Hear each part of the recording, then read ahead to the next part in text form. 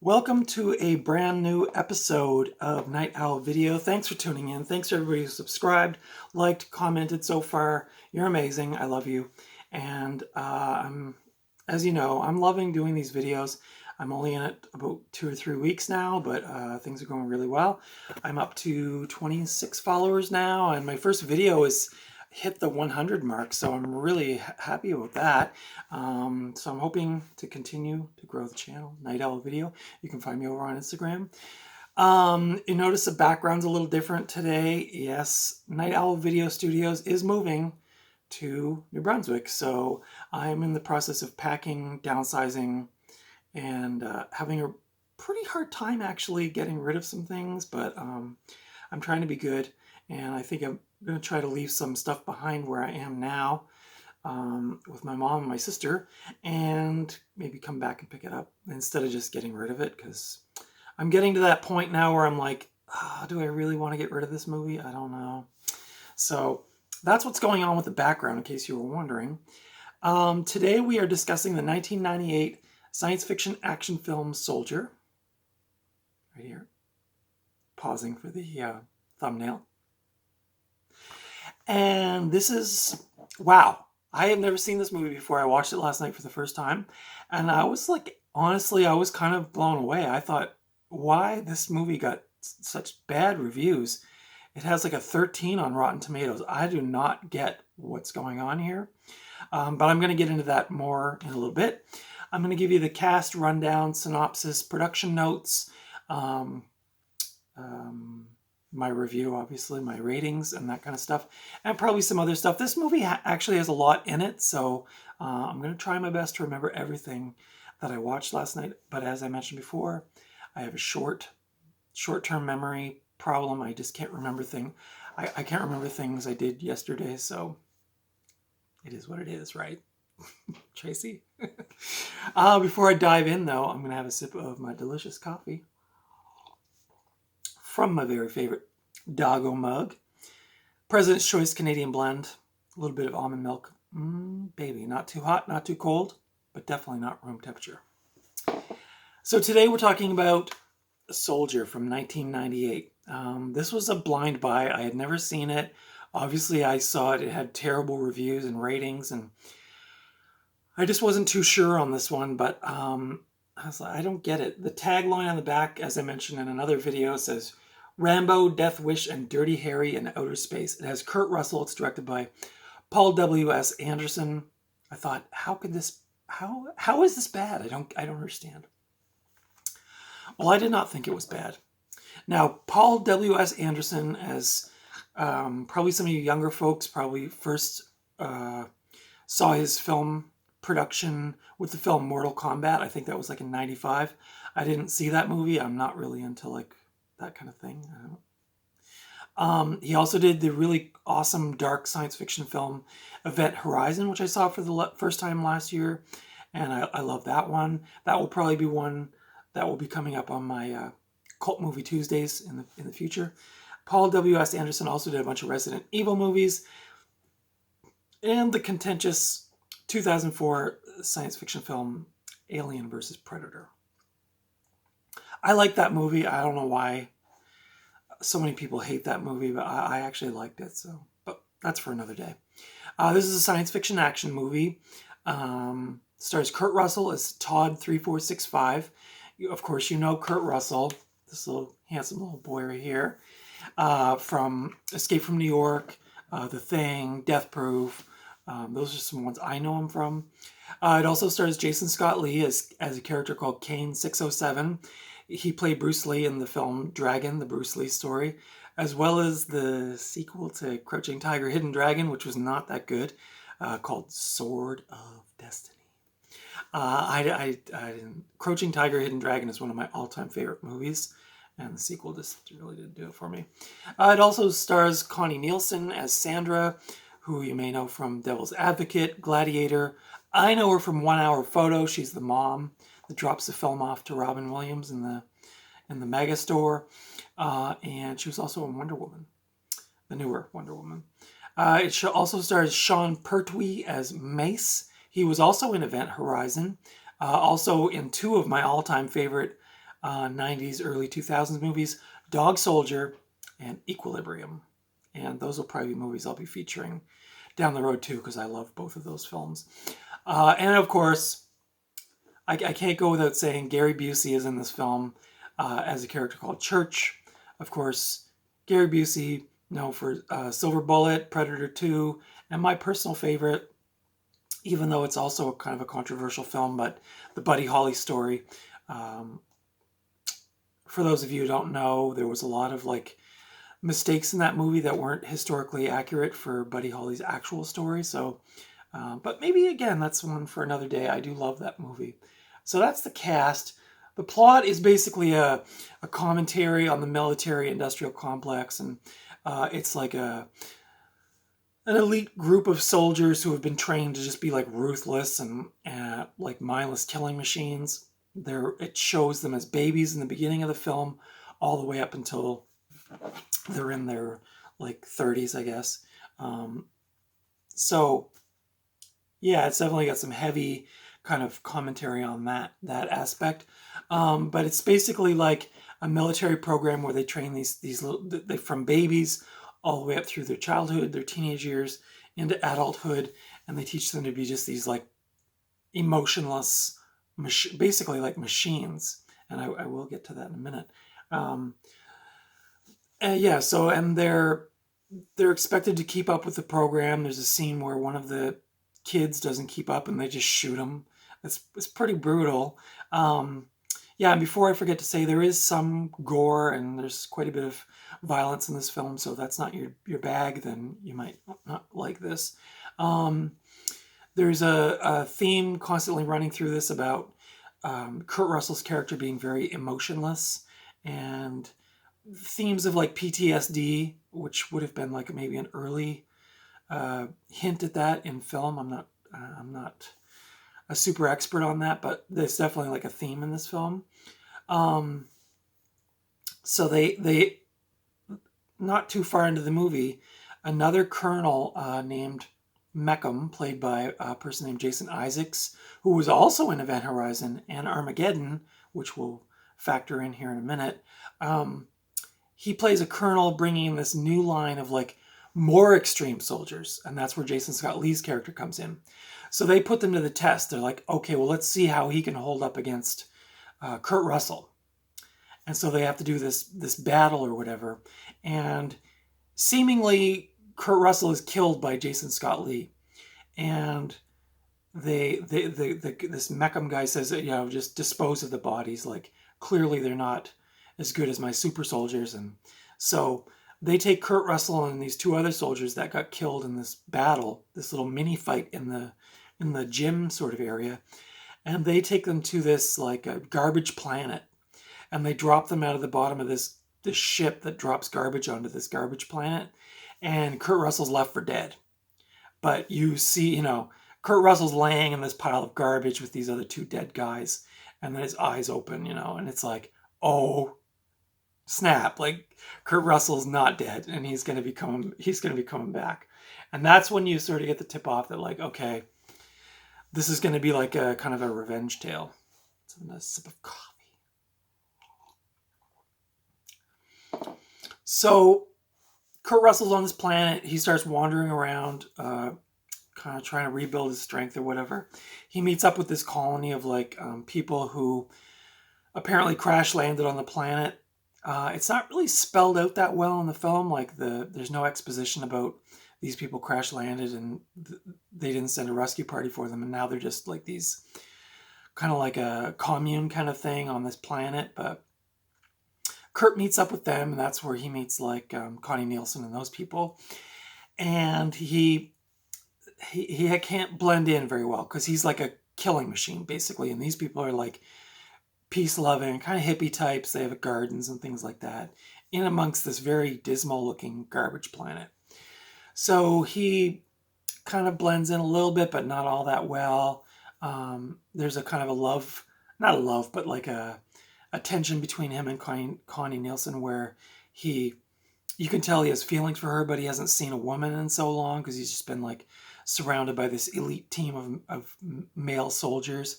And so there's this kind of like tension going on between him and then this couple. And I won't go much deeper than that on that, but just to say that he doesn't fit in, and after a while the town sort of says, like, you need to go. And so they send him packing, and he doesn't get far, and the husband and the couple there, he says, like, oh, I think we made a mistake, because, like, they start to see these spaceships arriving or whatever, and so he's like, I think we screwed up, we need to get him back. And what it is that Colonel Meckham has brought his elite force to this planet. Again, it's not really spelled out super well why they're there. I guess maybe they know that they discover the colonies there or something, but they don't know Kurt Russell's there.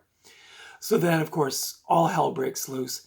There's this big battle scene. I will say this movie is kind of a slow burn the first half, but I was kind of thinking of The Matrix, like how it's like a lot of it's a lot of building, like world building, character building, and then you get the payoff, which is, like, for me, what kind of Matrix was.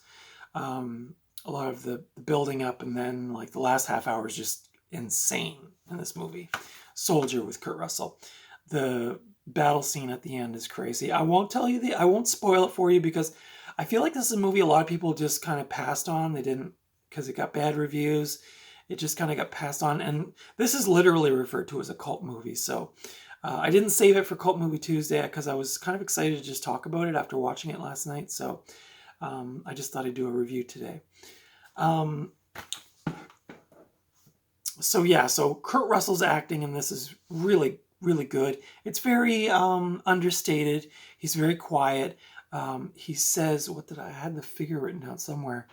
I think he says, like, a little over 100 words in the whole film, but he's in like 85% of the scenes.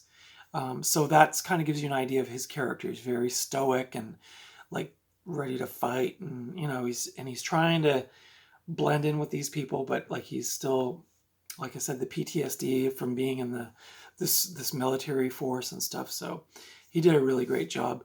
I'll get to this in a minute, but David Peoples is the person that originally wrote this story. It was rewritten by Paul W.S. Anderson, but in the original script, David Peoples was like trying to draw a comparison between Rutger Hauer's character in Blade Runner, Roy Batty, and this character. So, and there is a bit more Blade Runner tie-in, which I'm going to talk about in a minute. But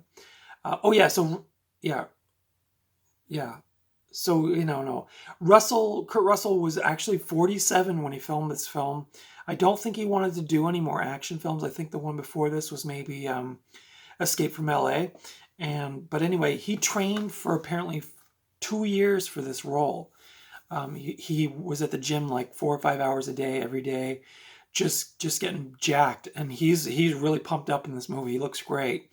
And but his paycheck was $20 million.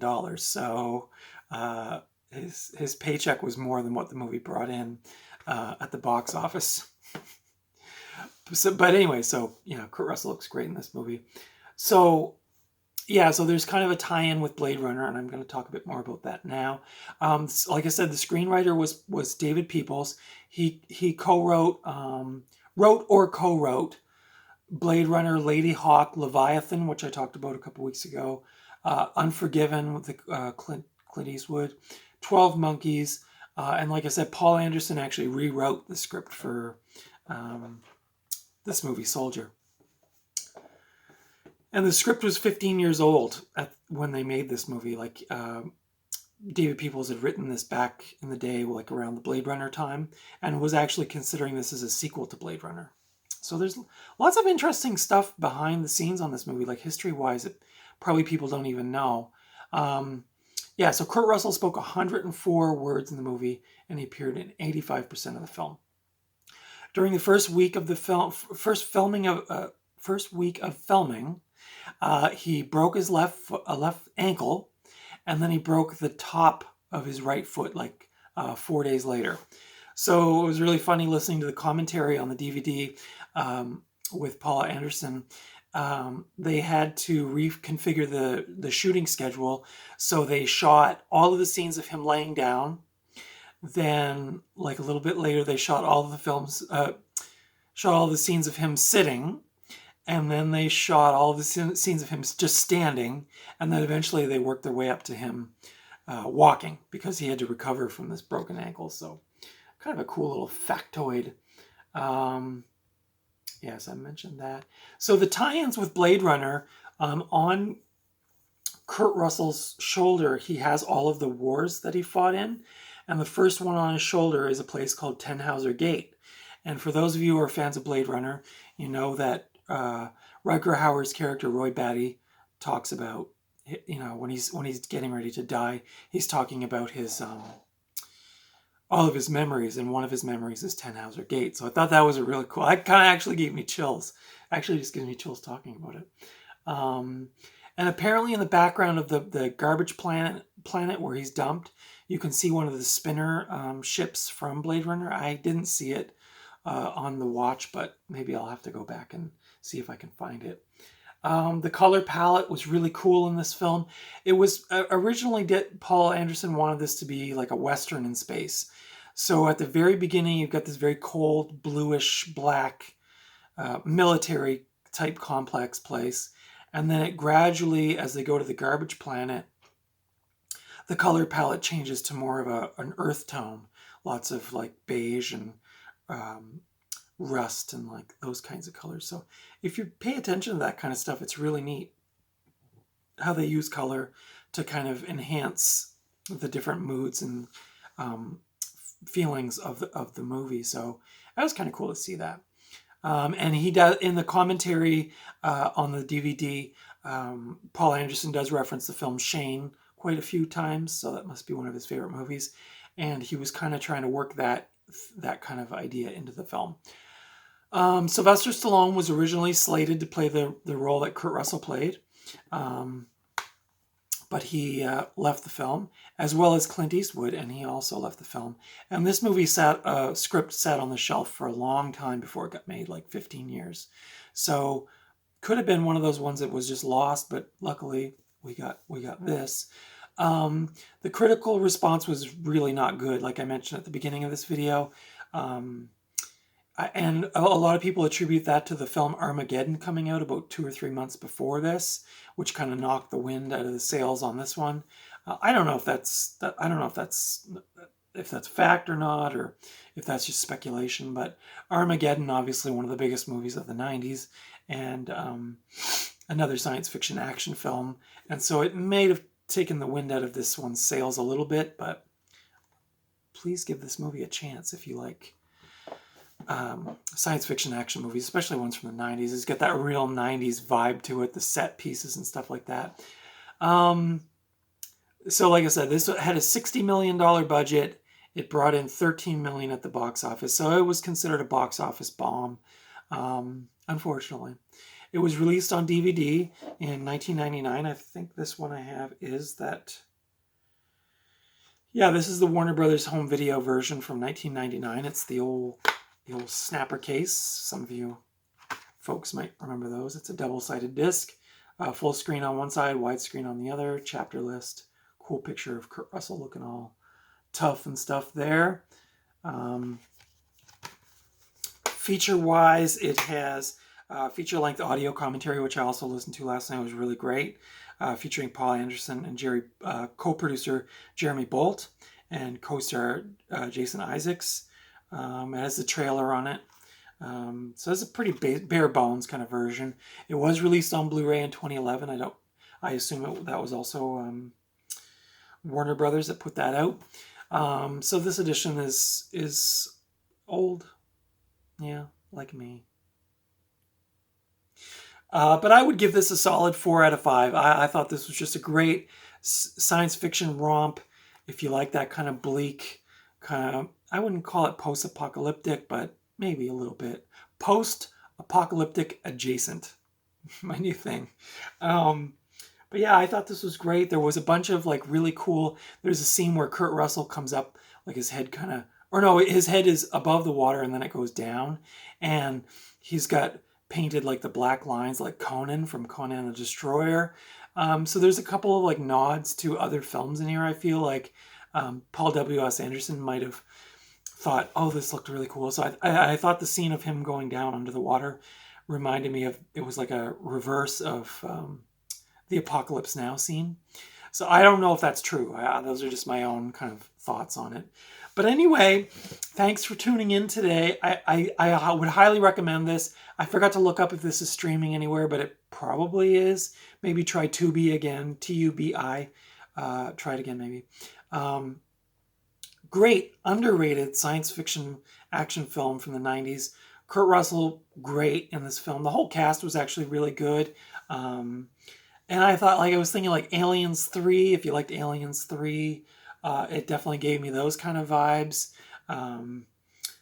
Any of those kind of like big budget 90s sci-fi films, it had that, definitely had that thing going on with it. But I definitely thought of Aliens 3 a couple of times with this, not story-wise, but just the aesthetic of it and that. So highly recommend it. Night Owl Video gives this a 4 out of 5. So go check it out. Soldier, 1998. Kurt Russell, directed by Paul W.S. Anderson. And this coming Tuesday, I'm going to be talking about, on Cult Movie Tuesdays, I'm going to be talking about the Jim Jarmusch film, Ghost Dog, with Forrest Whitaker in it. This is from, I think, 1999.